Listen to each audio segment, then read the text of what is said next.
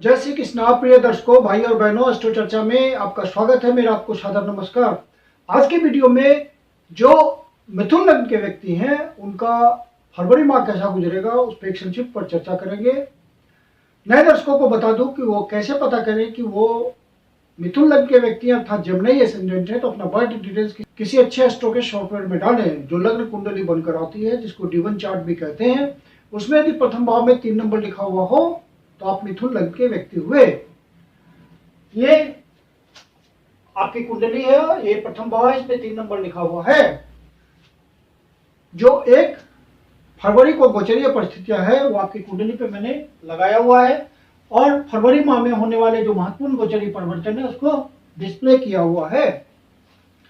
आपके जब भी कोई ग्रह राशि परिवर्तन करता है तो अपना विशेष रिजल्ट देने को इच्छुक होता है और आपके ओरिजिनल नटल चार्ट के हिसाब से कोई विशेष फेवरेबल महादशा, अंतरदशा, प्रत्यंतर दशा किसी ग्रह की चल रही हो और गोचर उसको टैली करता है तो उसका रिजल्ट आपको अनुभव हो जाता है, अर्थात रिजल्ट फलित हो जाता है। आपके लग्नेश हैं बुध महाराज, जो कि इस समय सप्तम भाव पे गोचर कर रहे हैं और यहाँ पे बुध महाराज का गोचर एक प्रकार से अच्छा है, क्योंकि जो पब्लिक डोमेन में काम करते हैं उनको प्रॉपर विजडम मिल रहा है। व्यापारी वर्ग हैं वो अपनी प्लानिंग ठीक से कर पा रहे हैं। चूंकि बुध देव बिजनेस के कारक होते हैं तो बिजनेस के लिए जो विजडम चाहिए वो बुध महाराज यहाँ गोचर करते हुए दे रहे हैं। आपके लग्नेश हैं और आपको देख रहे हैं, लग्न को देख रहे हैं सप्तम भाव पे गोचर करते हुए। इसको इसलिए आपको व्यापारिक चतुराई बनी रहेगी जब तक बुध महाराज यहाँ गोचर कर रहे हैं। 7 फरवरी को मकर राशि में प्रवेश करेंगे तो बुध महाराज की स्थिति थोड़ी कमजोर होगी, क्योंकि अष्टम भाव पे गोचर करेंगे। तो बुध महाराज की पॉजिटिव एनर्जी को बनाए रखने के लिए आप विष्णु सहस्त्र नाम का पाठ करते रहिए जब तक बुध महाराज अष्टम भाव पे गोचर कर रहे हैं। और फिर 27 फरवरी को कुंभ राशि में प्रवेश कर जाएंगे, फिर इनकी स्थिति बहुत अच्छी हो जाएगी।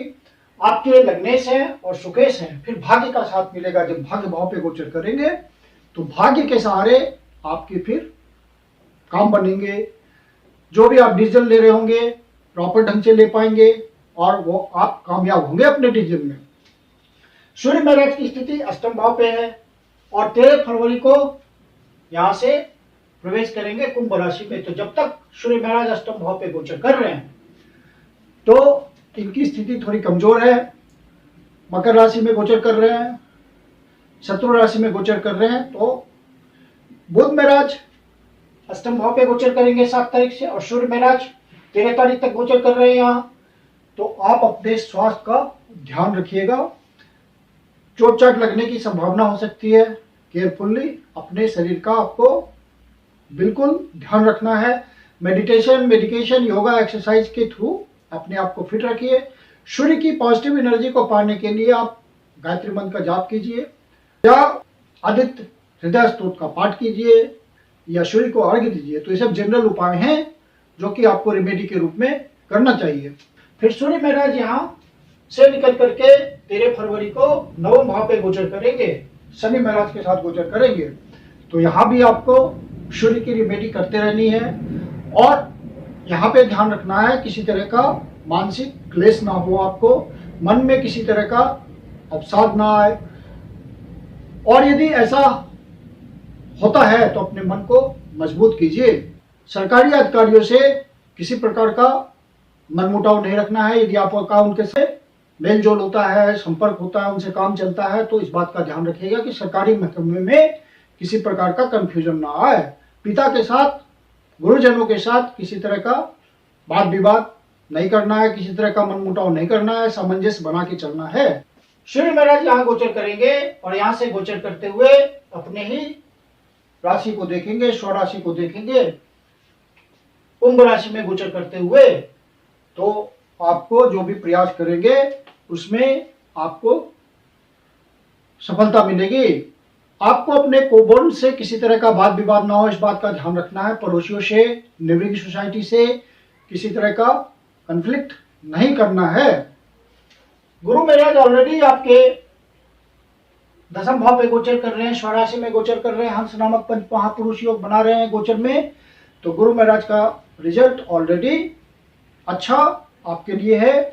और यहाँ से गोचर करते हुए आपके कर्म को मजबूती दिए हुए हैं और धन के कारक होकर धन भाव को देख रहे हैं, तो आपके लिए धन की व्यवस्था कर रहे हैं। यदि आप कुटुंबजनों के साथ कोई काम धंधा करते हैं, व्यापारिक संबंध है, तो वहां पे आपको ज्यादा से ज्यादा निगोशिएशंस करके संचित निधि को वृद्धि करने में, ज्यादा धन कमाने में सफलता मिलेगी।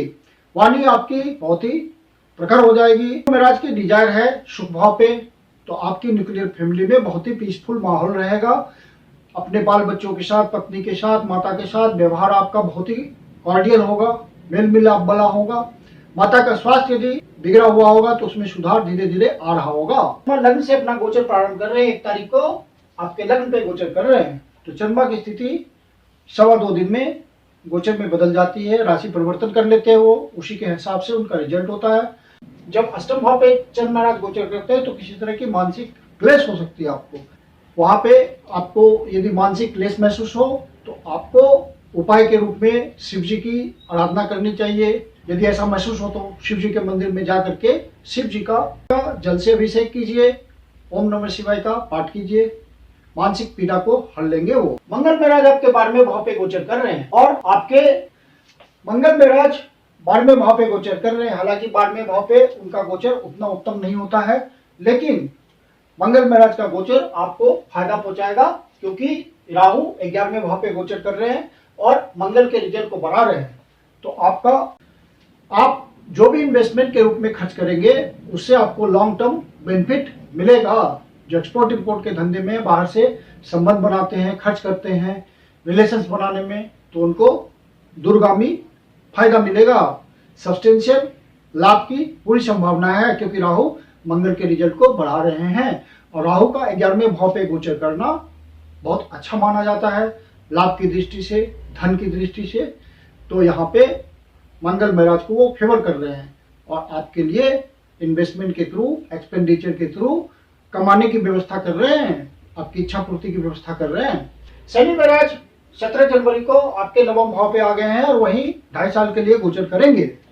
यहाँ गोचर करते हुए शनि महाराज आपको संदेश दे रहे हैं बिल्कुल सिंपल सा, कि जब भी आपको मौका मिले, क्योंकि ये बड़ी यात्रा, धार्मिक यात्रा और यहाँ से शनि महाराज की डिजायर है छोटी यात्रा, तो आपको अपने प्रोफेशन के सिलसिले में जब भी मौका मिलता है, छोटा या बड़ा, आप जरूर यात्रा कीजिए। बड़ी यात्रा हो, बेशक टाइम लगे, कोई दिक्कत नहीं है, छोटी यात्रा हो, थोड़े समय का हो, लेकिन आप कीजिए, उससे आपको बेनिफिट मिलेगा। और शनि महाराज किस तरह से बेनिफिट दे देंगे वो पता नहीं, तो आपको इन सब बातों का, यात्रा जहां इन्वॉल्व हो रही है, चाहे वो धार्मिक यात्रा हो, लंबी यात्रा हो, छोटी यात्रा हो, उसकी परिणति अवसर के रूप में आएगी आपको। शनि महाराज इस तरह का संदेश दे रहे हैं और शनि महाराज के हिसाब से आप कर्म करेंगे तो भाग्य का पूरा साथ मिलेगा। शनि महाराज जहां गोचर कर रहे हैं तो आप अपने एक्सपीरियंस का उपयोग करेंगे, रेडिकल होकर के चलेंगे। किसी की बात मानने से पहले आप अपने अनुभव का प्रयोग करेंगे। शनि महाराज ऐसा संदेश देते हैं आपको। और शनि का, चूंकि शनि कर्म प्रदाता है, आपके न्याय प्रदाता है, तो आप निष्काम भाव से बड़ों का सम्मान करते हुए, गुरुजनों का सम्मान करते हुए, पिता का सम्मान करते हुए, पेरेंट्स का सम्मान करते हुए आप निष्काम भाव से कर्म कीजिए। शनि महाराज का यही संदेश है आपको। और लंबे समय के लिए है तो शनि महाराज के हिसाब से चलेंगे तो आपको रिजल्ट मिलता चला जाएगा। शुक्र महाराज भी शनिदेव के साथ 9वें भाव पे गोचर कर रहे हैं।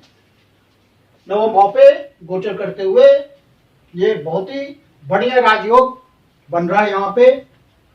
चूंकि ये 9वां भाव है, लक्ष्मी स्थान है, तो धन की दृष्टि से विशेष महत्वपूर्ण है ये योग। आप अपने प्लानिंग में, फ्यूचर प्लानिंग में, अपने काम धंधे में खर्च कर सकते हैं, जिससे काम में किसी तरह के नए अवसर आए। इस तरह का पूरी संभावना और भाग्य का पूरा साथ मिलेगा आपको। शनि महाराज की यहाँ से 10वीं दृष्टि कर्म की दृष्टि छठे भाव पे है और गुरु महाराज की भी 9वीं दृष्टि 9वीं ब्लेसिंग छठे भाव पे है, तो छठा भाव एक्टिव हो रहा है। तो और मंगल महाराज यहाँ से छठे भाव को देख रहे हैं जो कि उनकी डिजायर है। तो प्रोफेशन में आपको अच्छी सफलता मिलेगी इस दौरान। और यदि आपका कोई लोन चल रहा होगा तो उसके चुकाने की व्यवस्था होगी। कंपटीशन में आप आगे निकल पाएंगे। विद्यार्थी हैं, प्रयास करेंगे तो प्रतियोगिता परीक्षाओं में अच्छी संभावना है इस महीने।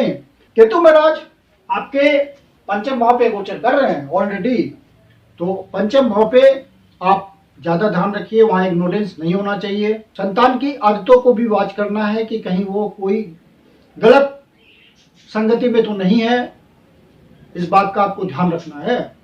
जो लव बर्ड्स हैं, प्रेम प्रसंग में हैं, उनको भी अपने रिलेशंस का ध्यान रखना है जब तक केतु महाराज यहाँ गोचर कर रहे हैं। हालांकि केतु महाराज का रिजल्ट अच्छा ही है क्योंकि केतु महाराज शुक्र के हिसाब से रिजल्ट दे रहे हैं और शुक्र भाग्य भाव पे आपके गोचर कर रहे हैं, तो भाग्य का साथ मिलेगा। शुक्र महाराज 15 फरवरी को दसम भाव पे गोचर करेंगे, उच्च के हो जाएंगे, तो कर्म स्थान में गोचर उनका काफी इंपॉर्टेंट हो जाएगा। तो कर्म की दृष्टि से कुछ आपको महत्वपूर्ण रोल मिल सकता है। अपने कर्म क्षेत्र में आप विशेष कुछ योग्यता साबित कर सकते हैं। बॉस की नजर में विशेष आपका फेवर हो सकता है। तो कर्म स्थान आपका मजबूत हो रहा है क्योंकि शुक्र 12वें भाव पे गोचर करते हुए उच्च के हो जाएंगे, उच्च का रिजल्ट देंगे और सुख में वृद्धि करेंगे। और आपको लाइफ स्टाइल में चेंज कराने के लिए आप खर्च भी कर सकते हैं। कोई प्लॉट खरीदने के लिए आप प्रयास पहले से कर रहे हैं तो उसमें आपको सफलता मिल जाएगी यदि आपके ओरिजिनल नेटल चार्ट में कोई इंडिकेशन होगा इस समय। तो कुल मिला के फरवरी माह आपके लिए अच्छा है, बढ़िया गुजरेगा।